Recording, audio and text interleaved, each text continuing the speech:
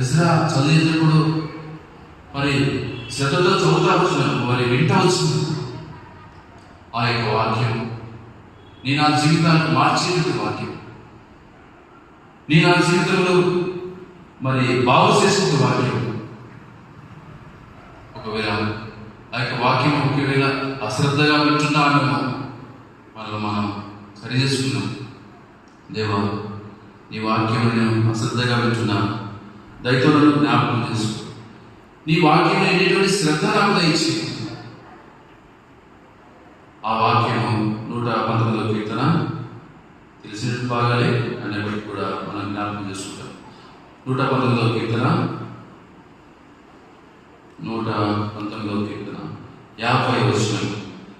నీ వాక్యమును బ్రతికించున్నది, నా బాధలో ఇదే నాకు నెమ్మది కలిగించున్నది.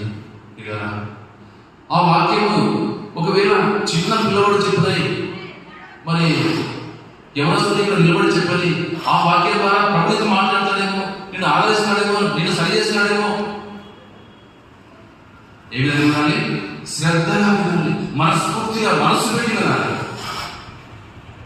నెగిటివ్ థింగ్స్ తో మనం వింటే ఆ వాక్యం మంచిది.